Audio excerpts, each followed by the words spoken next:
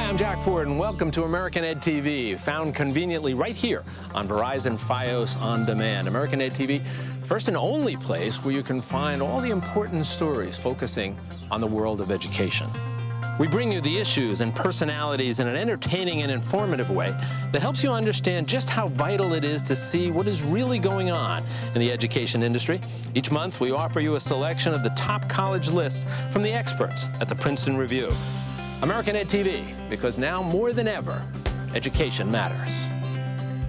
Battelle Industries is a proud sponsor of AmericanED TV.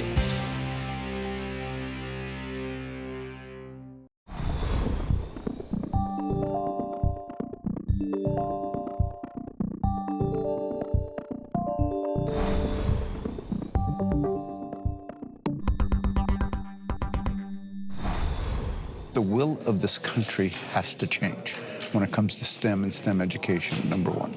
It just has to change because it's not there. People talk about it, but they don't invest in it. When you get into the inner city and you get to the rural poor, the knowledge of the parent or the child care providers in STEM is almost zero.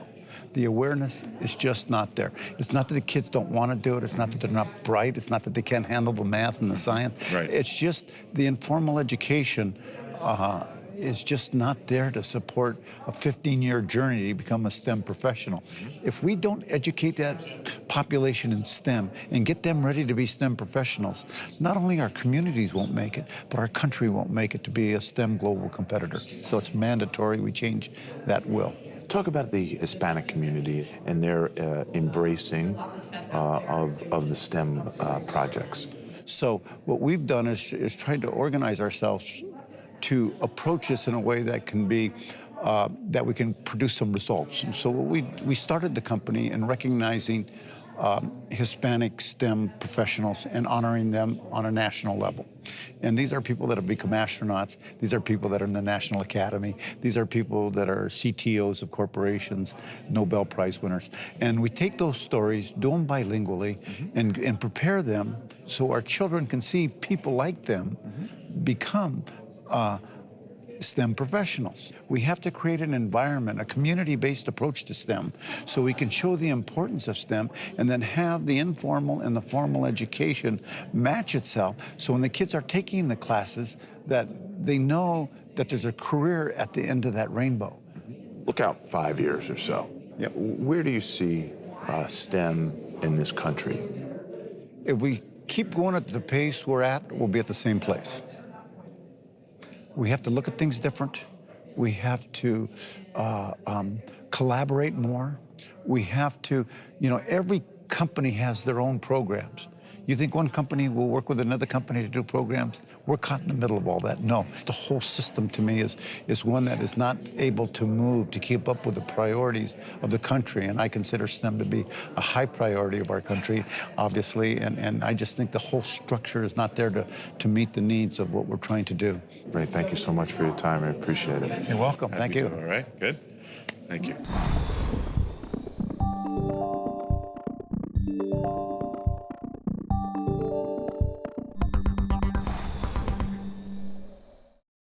You're watching AmericanED TV on Verizon Fios On Demand.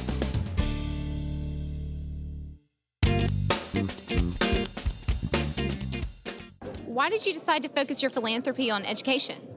Well, I think because I'm a teacher at heart, I love seeing the kids' eyes light up and the understanding really come in there, and then for them to begin to see and envision where they can go, and that's when the world opens up to them. So to me, that's the most exciting thing about it. You speak about the importance of values, loyalty, dedication, and service. Are these values something you try to incorporate into the curriculum at the Carver Academy? Yeah, absolutely. From the beginning, we've had 6 pillars, and it starts with leadership, initiative, and integrity, service. And we talk about each of those pillars as they're like legs of a chair, but I mean, obviously there's more than 4 there, but each one is critical to your success. I mean, if you have one and you don't have the other, you're not going to find that fulfillment in your life. And so we're always encouraging those kids and saying, hey, don't miss out on the integrity piece or the initiative piece. If you're going to sit back and wait for things, you're going to miss a whole lot of your life. So in each of those areas, I think the kids find that it's one more thing that can propel them to success. You're a hero in your community. People look to you as a role model. Who is your role model? Start with my father, I guess. You know, he was a Navy guy, and my grandfather who served in the war. He was in the Army way back in the 40s. So watching those guys and the way that they were husbands and fathers, and and the way they served, just made me feel like, okay, I've got this name Robinson. I've just got to take it to the next level. I've got this responsibility. And that's what I try to teach my boys. Like it or not, you're my son. You carry that name Robinson. You've got to take it a step forward. And so I really credit my grandfather and my father more than anything.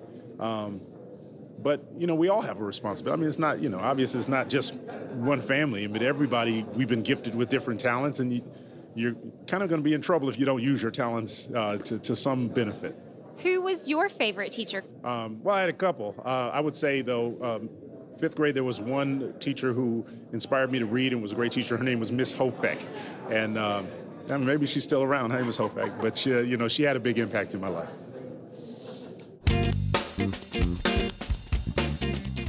Chase, why are you here at South by Southwest EDU? Because I won my age group for the EPAL Smithsonian Inventant Competition, a invention competition that's international and open to students ages 5 through 18. And what was your invention? My invention was a refugee travois.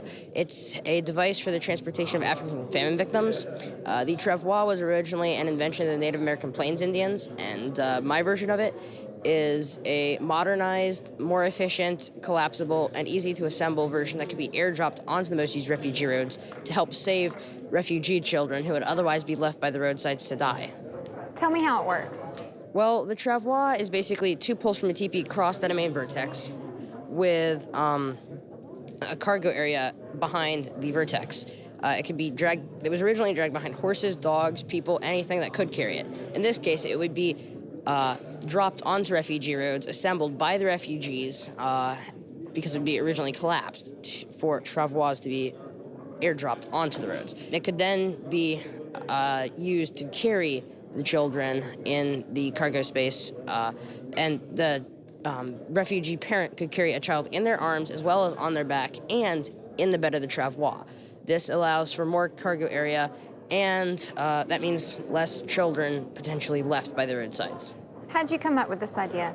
Well, my mom sat my whole family down at the kitchen table one day and started reading aloud from an article she'd found on the internet about how the famine was taking terrible tolls in Africa.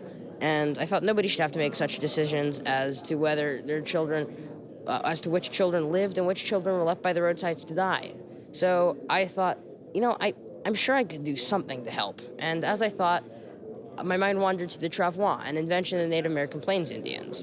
The travois, as I said earlier, is very simple, collapsible, easy to assemble, and it would fit the problem perfectly, except for the fact that it doesn't have wheels. So that was something that I was certainly going to incorporate into the final version. Have you always been fascinated with inventions of that type? I've really been fascinated by almost anything I can make.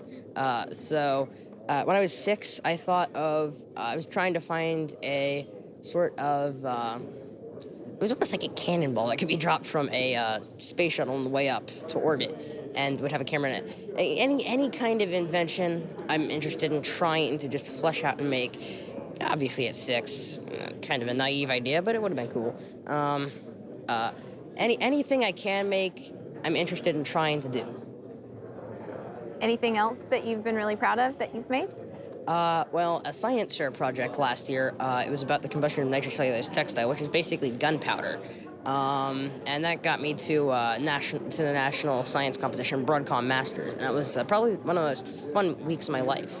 Well, Chase Lewis, making inventions to help the world. Thank you for speaking with us. Absolutely.